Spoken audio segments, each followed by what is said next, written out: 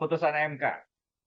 Iya. Saya berpendapat putusan MK ini bukan hanya cacat konstitusional, tapi sebenarnya tidak sah,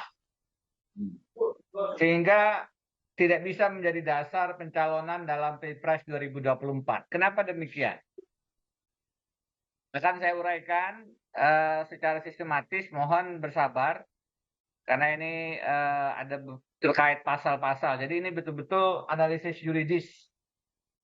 Kenapa putusan 90 itu mempunyai catatan konstitusional dan tidak sah? Pertama, benar bahwa berdasarkan pasal 24C, memang putusan MK itu tingkat pertama mengadili pada tingkat pertama dan terakhir. Yang putusannya bersifat final untuk menguji undang-undang. Memang tidak ada upaya hukum lain atas putusan MK, langsung final dan berlaku, yang disebut dengan istilah final and binding. Tapi meskipun bersifat final dan langsung berlaku, putusan MK memungkinkan dinyatakan tidak sah dan tidak mempunyai kekuatan hukum. Saya ulangi ya, meskipun bersifat final dan langsung berlaku, putusan MK tetap memungkinkan dinyatakan tidak sah dan tidak mempunyai kekuatan hukum. Di mana diatur dalam Undang-Undang MK. Pada saat apa? Pada saat putusan MK misalnya tidak diucapkan dalam sidang yang terbuka untuk umum. Ini diatur pasal 28 ayat 5 dan 6 Undang-Undang Mahkamah Konstitusi. Nah, konsekuensinya juga selain tidak sah, dalam Undang-Undang Kekuasaan Kehakiman nomor 48 tahun 2009 itu dikatakan jika tidak dibaca di depan umum itu batal demi hukum. Saya ulangi, jadi ada konsep putusan MK bisa tidak sah. Nah, karena tidak Baca di depan umum, lebih jauh, konsep tidak sah itu ada juga dalam putusan peradilan karena hakim tidak mundur dalam penanganan perkara yang hakim itu mempunyai benturan kepentingan.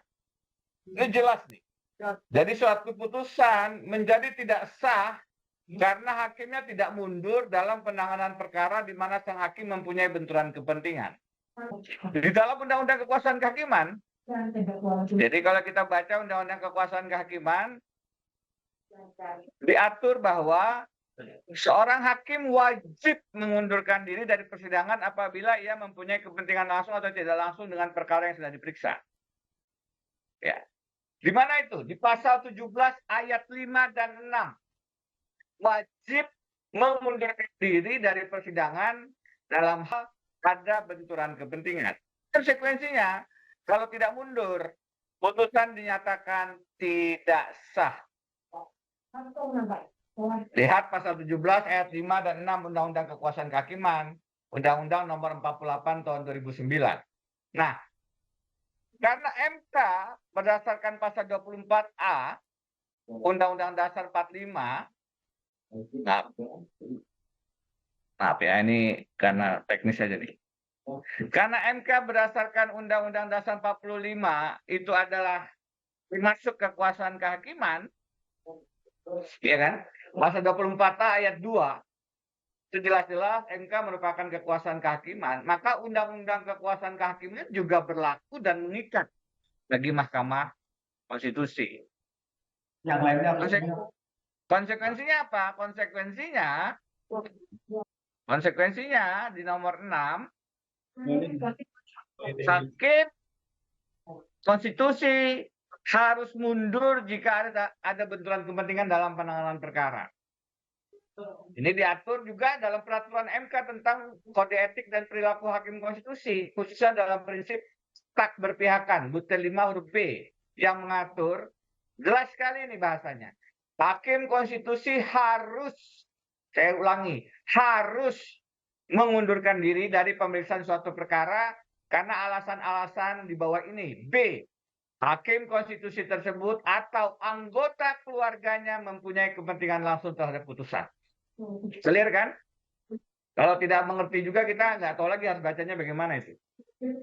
Jadi mengacu pada kewajiban hakim harus mengundurkan diri jika perkara yang ditangani ada benturan kepentingan yang diatur dalam Undang-Undang Kekuasaan Kehakiman serta harus menurut peraturan MK, maka secara penafsiran gramatikal dan sistematis dapat simpulkan tidak mundurnya seorang hakim konstitusi di suatu perkara ketika ada benturan kepentingan yang terkait dengan kepentingan langsung keluarganya terhadap putusan akan membawa dampak konsekuensi hukum bahwa putusan yang demikian menjadi tidak sah.